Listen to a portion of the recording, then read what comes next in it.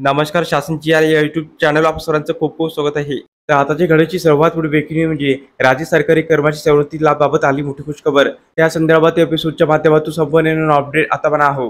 तत्पूर्वी मी आपल्याला सांगू इच्छितो आपण चॅनल असेल तर चॅनलला सबस्क्राईब करायला त्याला आजच्या अपडेट सविस्तर त्याला सुरू करूया. निवृत्त वेतनाचे लाभ मंजूर करण्यासाठी प्राधिकरण सहाय्यक अनुदानी वेतन तर मंजूर करण्याबाबत पाणीपुरवठा व स्वच्छता विभागामार्फत दिनांक 26 मार्च 24 रोजी अत्यंत महत्त्वपूर्ण शासन निर्णय निर्गमित करण्यात आलेला आहे.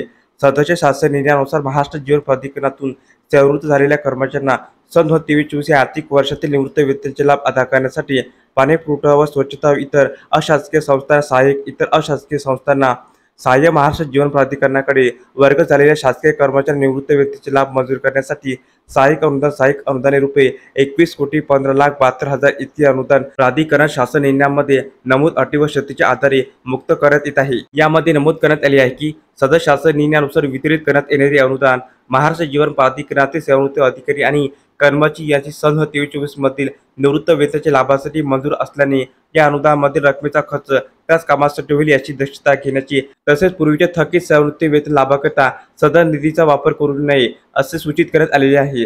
तसेच यामध्ये नमूद करण्यात आलेले आहे की कोणत्याही सेवानिवृत्त कर्मचाऱ्याचे निवृत्तीविषयक लाभ दीर्घकाळ प्रलंबित राहणार नाही याची प्राधिकरणाने दक्षता घेण्याचे निर्देश देण्यात आलेले आहे. तसेच सेवानिवृत्त कर्मचाऱ्याचे सेवानिवृत्त वेतन विषयक लाभ अदा करताना जुनी प्रकरणे प्राधान्याने निकाली काढण्याचे निर्देश देण्यात आलेले आहे.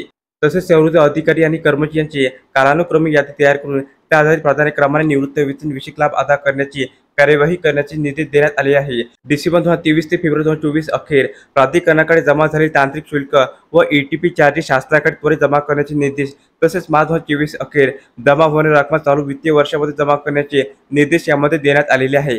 तर अशा प्रकारे राज्य सरकारी कर्मचारी संदर्भात अतिशय महत्त्वपूर्ण अपडेट एपिसोडच्या माध्यमातून आपण पाहिली आहे. तर हा व्हिडिओ वापस आवडला असेल तर चॅनलला नक्की सबस्क्राईब करा, लाईक करा, कमेंट करा आणि निश्चित नवनवीन अपडेट पाहण्यासाठी शासन या युट्यूब चॅनलला सबस्क्राईब करा, लाईकची बात चुका.